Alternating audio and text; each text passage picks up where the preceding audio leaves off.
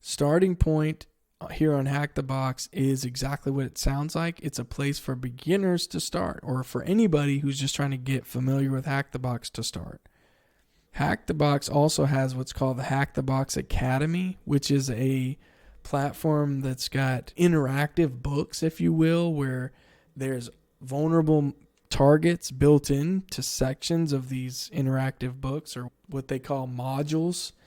And they're more like courses than, just here's a box and go for it. I believe there's different types of learning styles. Some people, they need more guided at first, where some people, they just want to dive into the challenge, right? I like academy modules, the challenging ones, the easy ones. I like both, but I tend to gravitate towards the pro labs because it just throws me in the fire. It forces me to just go ahead and do it.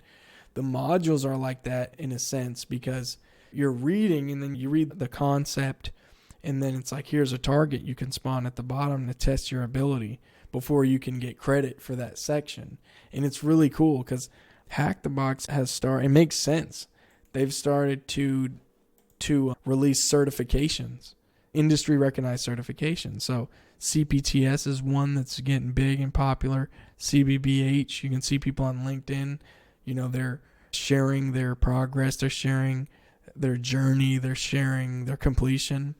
And these are full-blown exams. So when you finish the path, right, if you finish a penetration tester job role path and all the modules in it on Academy, and you have a voucher, you can start the exam, and it spawns up an environment that you got to hack, and then you've got to complete a report, and you submit it, and it gets graded, and you get feedback. And you'll know there's points too that you score a certain number of points, and if you finish the points, you've done the lab environment, but it doesn't stop there. You've got to do the report in a great way, and they provide a report template too. So these are cool. This is a really cool environment. I love the logo of these, especially CBBH. CPTS is really cool too. Having those are getting respected. You see companies like, I think it's Synac has a process now where, if you look at Synac red team pathways, like to get onto their team to do engagements, they have CPTS listed on, it's like at the top, to help you if you have CPTS, you bypass certain processes in their assessment of candidates, let me say, not onboarding. So that's kind of cool. I think we're going to see more companies do that. That's something. That's Academy. That's for another video. But for now, let's get into doing one of these boxes. And let me say, there is a stigma out there that Hack the Box is too hard for beginners. And I think for years that was true. Penetration testing is not easy. Like I mentioned before, it's not a discipline that is just really super easy to jump into because it's technical, very technical. And there's a lot of different disciplines of IT that, and this is my opinion as an educator, there's a lot of different disciplines in IT that need to be understood before you can really start to grasp some of the ethical hacking and penetration testing concepts. I do think now what you can do is you can go into one of these starting point machines as an absolute beginner. And what that'll do is that'll force you to learn some of those basic skills, at least to use Hack the Box. I do think they could probably provide even more of an array of beginner content on Academy that can really supplement it. And they do have, your intro to Linux stuff through Linux fundamentals. They have Windows fundamentals. But, when you talk about having a comprehensive understanding of information technology, I think there could be more done there. In terms of like what they've got now, it's pretty good, right? It's not something you're going to run away from as a beginner. It's something that if you really want to learn this, it's pretty accessible for that skill level, if that makes sense. This is where we're going to get a little bit more technical in the conversation. We're going to use Meow. We're going to hit Meow and look at the tags. So these machines are tagged. You see Telnet, network, protocols, reconnaissance, weak credentials, misconfiguration. So this can kind of clue us into a few things. If we really wanted to, we could download the walkthrough. And these walkthroughs and starting point are phenomenal. They're written in an educational way. You can tell someone really put a lot of thought and effort and time into thinking about what do beginners need to know at this stage. There's going to be a lot explained here, links to different things you can read and all that. I believe Meow is part of one of the free ones. Yeah, if you see it has VIP next to it, you have to have at least a VIP Hack the Box subscription. But this would be that time to get logged into your Hack the Box account or create your Hack the Box account and follow along with me as I go through how to get started on Hack the Box through starting point. They're giving you some ways of how you connect. Connect to Pwnbox, that's my personal favorite, or download an OVPN file, which is your way. You can run that file, and then what'll happen is if you have a local VM or your local machine that you're using, it'll create a VPN tunnel with Hack the Box's VPN servers on their lab environments, and then you'll be using your personal VM that you have set up on one of your computers, and you'll be able to connect to the target. Now, the reason I like Pwnbox, which is in the browser. So look at how you get free 2 hours of Pwnbox if you don't pay. I have VIP Plus, so I just get unlimited Pwnbox, which is a VM or an actual computer in the browser. So you're going to hit connect to HTTP if you're going to use Pwnbox, and pay attention. These are the different networks you'll connect to on Hack the Box. We know starting point is going to be an option. So if you're just in the free tier, you're going to be on the free networks. So we'll do Pwnbox. And then, you have options here. So if one's not working quite well, or you want to try a different one and see what the performance is like. And I don't normally have performance issues. You'll be able to see the different regions you can connect to. Depending on where you live too in the world, you might have better speeds. Latency is like delay. And when you see 36 milliseconds, that's telling me how long it takes to get to the Pwnbox instance in the United States. Where if it's in different regions of the world, it might be different depending on where I live, right? If I live in Singapore, then I'm probably going to be connecting to Singapore just because physics and geographic location. Electrical signals don't have to travel as far, So I'll just pick US, that's where I'm at. And then I'll start my Pwnbox. And what this is doing is spawning a VM, and it's giving me a VNC session to that, which means basically that I get to use this VM in the browser. Cool. You see how you can easily switch the server, starting up, adding the user account, magic automation happening to do all this, generating random passwords, starting the VNC server. VNC is that technology that allows me to remotely connect to the Linux instance. And then boom, we have an instance. And I won't play it in this little box, of course. I will hit open desktop, which gives me a full tab in VNC session. And I've got Pwnbox and pretty much no latency. I don't feel it. It's pretty much like this computer's running on my local computer, and then I can start to interact. This is Linux. This is a distribution of Linux called Parrot OS, which is partnered with Hack the Box. Makes a lot of sense for Hack the Box to have a direct partnership with a distribution of Linux, a good one at that. If you're not familiar with Linux, this won't be really an intro to Linux class, but I will say that you will get familiar with Linux as we're working with some of these commands. And feel free to type exactly what I type and click exactly what I click if you want to, right? That can help. Just having that in your mind, in your memory, that you went through the steps is great.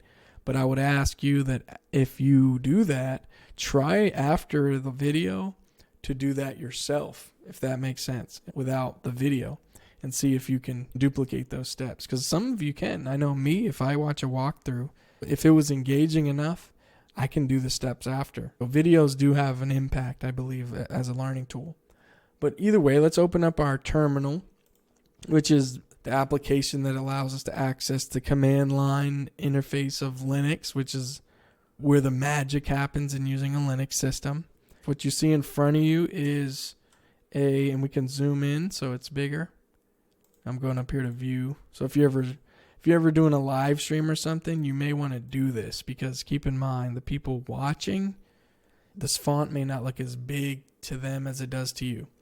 You can see here that we've got our location, the machine we're on, or the VPN we're on.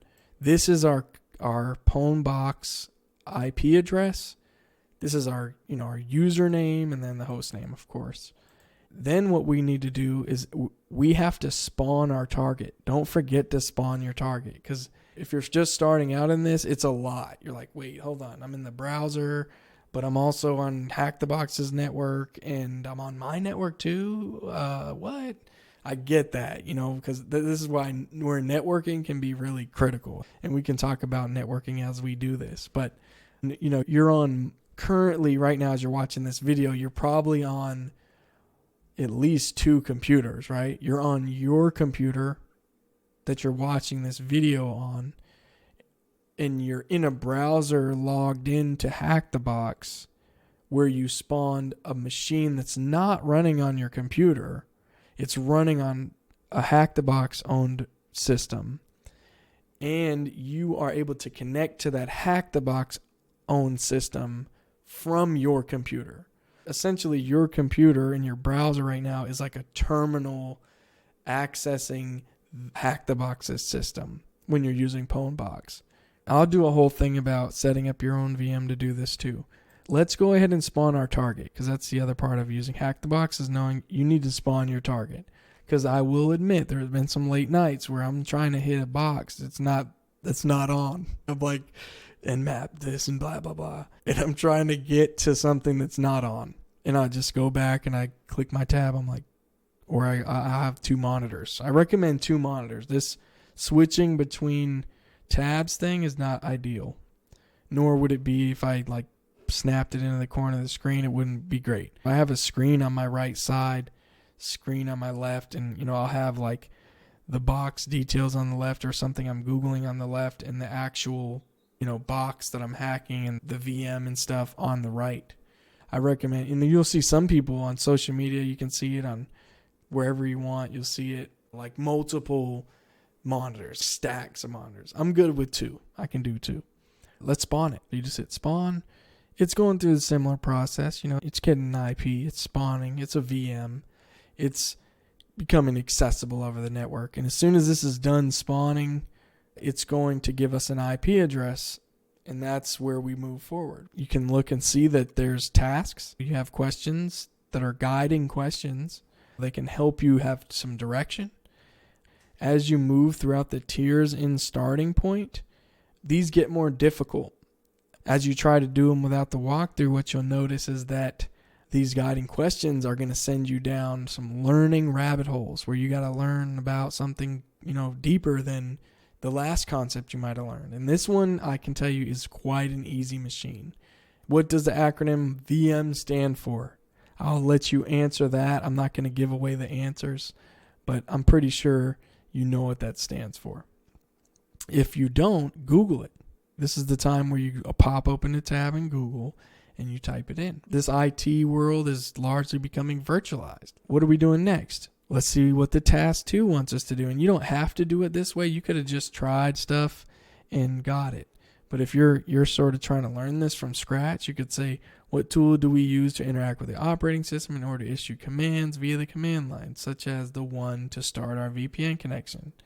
It's also known as a console or a shell. I did use the term. You could fill that out there. What service do we use to form our VPN connection into HTB Labs? What type of VPN? Like what kind of VPN technology is being used? You could find that out pretty easily.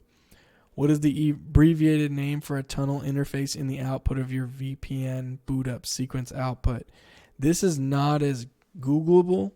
This is something where you have to know a little bit about what commands to use. So let's go and do that. So if you go to the terminal, you can do IP add, and the command IP add, displays the IP addressing information that's on this Pwnbox.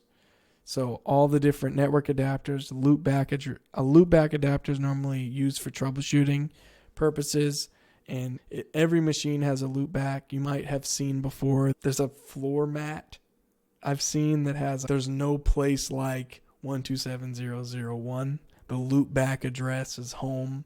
So every computer on a network has 127.0.0.1 as an IP address, one of its IP addresses, and that's to indicate its own self, right? There's a loopback interface, and I've seen in your computer networking world, like Cisco networking and stuff, like you'll use loopback interfaces as test interfaces a lot of the times.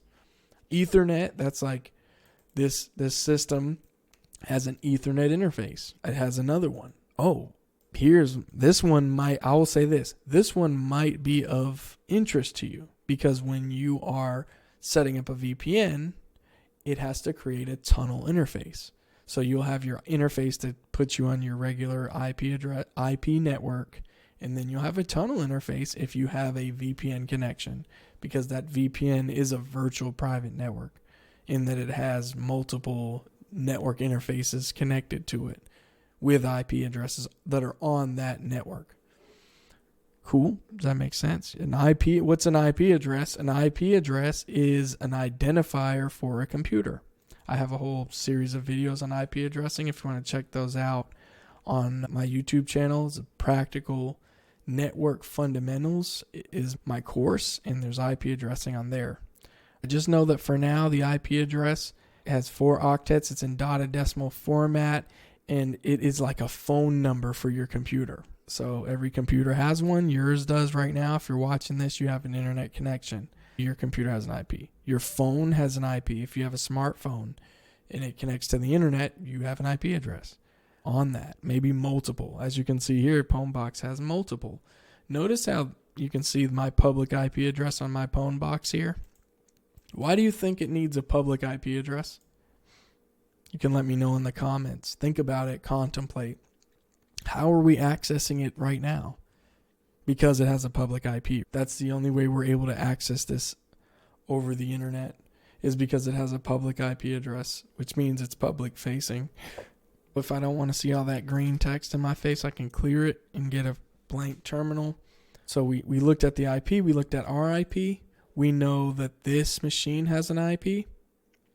And what it's talking about next is it's asking us, what tool do we use to test our connection to the target with an ICMP echo request? Great question, right? I have to give this one away, and knowing that you can ping, and you should always know about ping, if there's any network issue, and you can also do this, you can click it, it'll put it in RAM on your computer or copy it into memory so that you can actually right click and paste. That's kind of helpful, right? And you hit enter, and it's going to ping. And any Linux or Mac system, Mac OS and Linux are like cousins. They're very closely related.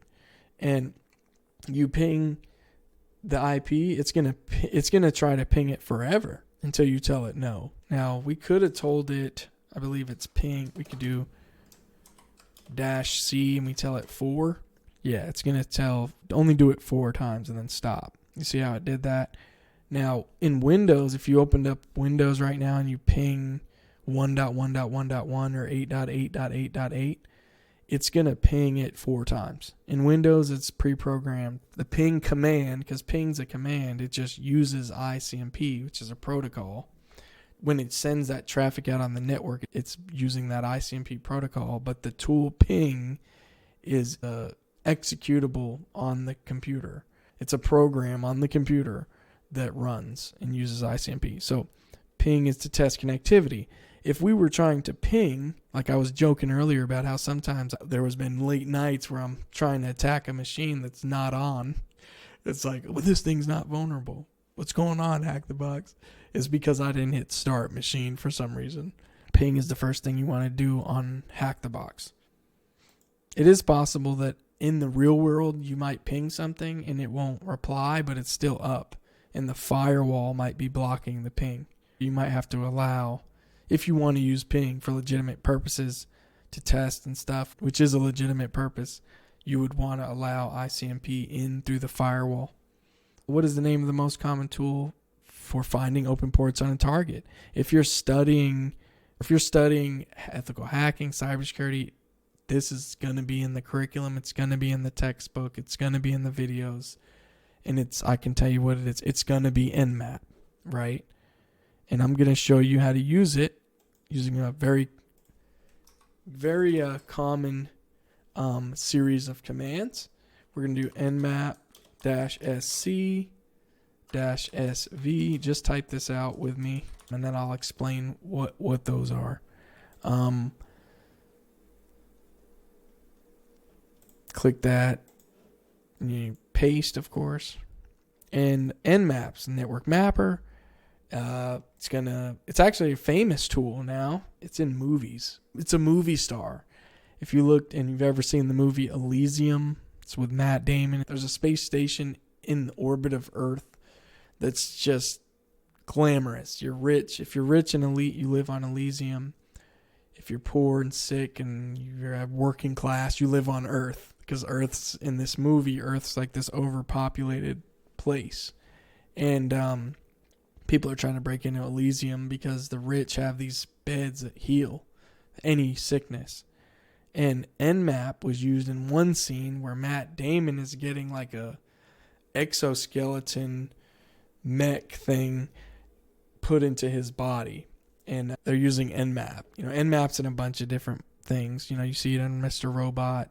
It's a real tool, and it's real popular because it lets you enumerate. Basically, you're discovering what's actually running on the machine, the target machine. So you hit enter there. So -sc is, the lowercase s is the type of scan I want to run. C, the uppercase is common scripts.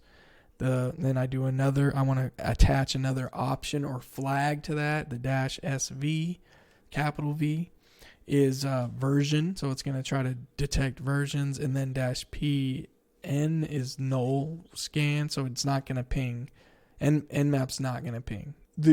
One of the cool things about, Linux is there's like man pages or manual pages. If I want to learn about Nmap just right on the machine without Googling, I would do man Nmap, and it's going to pull up a whole bunch of different information. It's going to define it, and it's going to tell me, what options I can use, what flags I can use. Now, I would be lying to you if I told you that I sat here and I read the man pages for every single tool in Linux that I've ever used. I use man pages for reference every now and then quickly if I'm on a machine, and that's the option. I don't want to create any traffic to the internet from the machine, or I just want to do something quick in the command line. I'll do man Nmap or man whatever the thing is. But normally I'm going to Google it. I'm going to pop up in Google on my machine, and I'm going to check and see how to use it. So there's going to be some YouTube video out there. There's going to be something with more insight. I like man pages, don't get me wrong. I respect, big kudos to all the people out there that have contributed to man pages.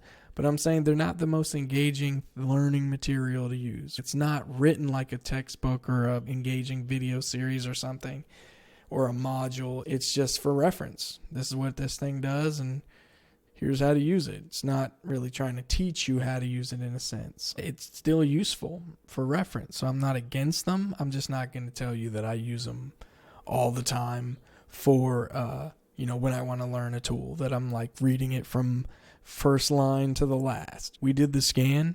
We got the report back. What's this stuff telling us, right? It's a report for this IP. The host is up. This is the latency. One of the things that Nmap did with this is it just looked for common ports, and it looked for common vulnerabilities too. For now, just know it's going to return ports. So a computer has an IP address to identify it on a network. The applications running on that computer that use the network, they have an identifier too that's called a port. You might have heard of port 80 for web servers. So if it's hosting a website, it's probably going to be listening on ports 80 and 443. And that's where requests hit, coming from browsers, if you will, right? So if you're using a browser and you're generating a request to a website, it's hitting web servers somewhere that are listening on port 80 or port 443. 443 is secure, HTTPS. Keep that in mind when you're looking at ports versus IP. When you first learn networking, ports are kind of confusing. I get it. It's like, okay, but what about the IP address? Well, the way that really kind of resonated with me when I started learning networking was the IP address identifies the computer. So when traffic gets there, how does the computer know what to do with web requests? How come it doesn't just send web requests to another application, like some random application by accident? Well, that's because of ports. That's how it knows. But that's also how, hackers get in. They get in through ports because they know that some ports are going to have to be open to essentially let the door open or leave the door unlocked for legitimate requests. Like you couldn't block port 80 on a network because, especially if you're hosting a web server and, traffic's coming in from over the internet, you can't block 80. Like imagine if HackTheBox is like, you know what, we got the most secure solution, let's block port 80 and no hackers will hack our website. That means actually probably no one's getting to your website if that happens. Sometimes it's about doing things securely. You may get in security the whole no. Just no, in the interest of security, know that we can't do that, or no, they're not going to do that.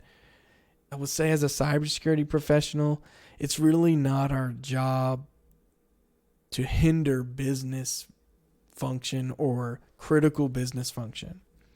If it's an operation that is absolutely essential for the business to run, we have to find a way to do it securely so that we're not jeopardizing the business, but we're also not completely preventing it. I have seen some instances where maybe the cybersecurity perspective got a little prideful or they got really controlling and they just knowed everything. And that's not really our job. I mean, it's our job to protect it. And, if it's absolutely ridiculous, it should be no, but here's another solution as to what we could try to do, right? And this is what's going to involve. This might be how much it's going to cost. This is the way we can do it. Instead of just a no, it's like, in my opinion, I don't think cybersecurity should not get in the way of innovation. It should be both, right? Both should go together. And that's hard. It's hard to be innovative in the IT realm and doing, networked services and web services. And, it's hard to continue to innovate and be on the cutting edge and do it securely, right? Because you're talking about doing something that you've never done before or people have never done before. So it's hard to predict every potential outcome, which is why I believe that ethical hacking and pen testing is a really great approach and perspective to come from, because if you're developing an innovative thing and you're always constantly testing the security of it, you think of like an OpenAI with ChatGPT, you're always testing the security of it, then, you're going to continue to find things. And that's the goal, right? You want the good people to find the flaws and fix them before the bad people find the flaws and, execute them in the interest of profit or whatever their motives are. So, boom, Telnet is what we found, right? So I said all that to say, look, it's finding port, the state of it, service, version. Telnet. What is Telnet? Long story short, you should never use Telnet to allow remote access to a system. Now, in this case, we're talking about hitting a vulnerable system. There are still many organizations out there that think that it's fine to use Telnet because they're protected by a NAT on a router and no one will ever hack us. But then it happens and, Telnet can be one of the vectors of attack. Why is Telnet an issue? Because Telnet allows for some misconfigurations. When I say I mean insecure configurations. But more importantly, it transmits everything in clear text. So, when you make a connection with another machine over the network, that's what Telnet's for. It's for remote access to the command line of a system. I've seen it with Cisco gear. I'll show you. I've seen it with like networking gear, like routers and switches. Telnet's enabled to allow like a network administrator to remote into the command line interface of the router or switch. I've seen it on Linux machines, like this Nmap scan, helped us discover that our target is a Linux machine. And what happens is, as that connection is made, there's no encryption. So anything you type, if you have a Telnet session and you're typing passwords, you're typing different things, everything's transmitted through Telnet in clear. So if someone was capturing that traffic, they could see it in clear text. You have Wireshark, you have anything that can capture that traffic, and then you have a lot of different software out there that lets you read the packet capture, and you could read exactly what it says. So that's just one of the benefits of a VPN, is if you're doing VPN over the internet, you have that added layer of encryption through the VPN. If someone is, and there are nation states are, and people are trying to capture traffic in mass, it's encrypted. And, that makes it exponentially harder to get to what's really happening in the packet as it's traveling. There's a lot that goes into why VPNs have some security benefits, but Telnet, here, let's get back to this. When we look at this machine is running Telnet, why would it be running Telnet? Well, somebody needs to remotely administer it. That's why Telnet would be running. What would the next question be? It wants us to, what service do I identify during our scans? I'll let you answer that. What username is able to log into the target over Telnet with a blank password? And see how there's some letters in there to give you hints too. We're getting close to the flag. Let's try to connect. And this is where there's sort of a hanging, you may say, what do I do next? I mean, it's Telnet. You may start Googling what's Telnet. You might do man Telnet. You might start learning about Telnet. You really want Google to be your friend. And I would even say ChatGPT nowadays. You could pop open ChatGPT, and it's very useful. You'll say things like, hey, how do I use Telnet? You could Google that, and you look at your results and then try to learn and try it out. Here's the thing about Hack the Box, just try it out, right? That's what the platform's for, is learning. Experimental learning, too, is a big deal here. If I want to try a new tool and I don't want to break something, why don't I just try it on Hack the Box, right? Against a Hack the Box target. You have some companies that, they're developing like AI pen testers, AI-powered pen testers.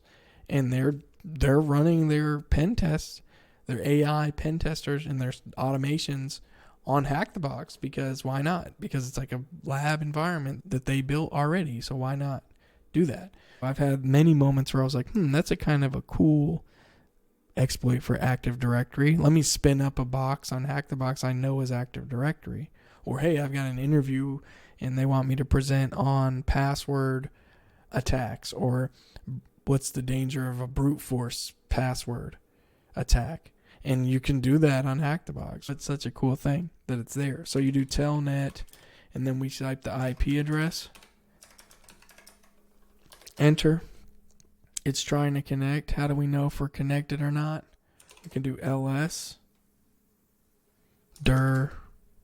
These are some of the things I try. Look, it's asking I haven't logged in yet.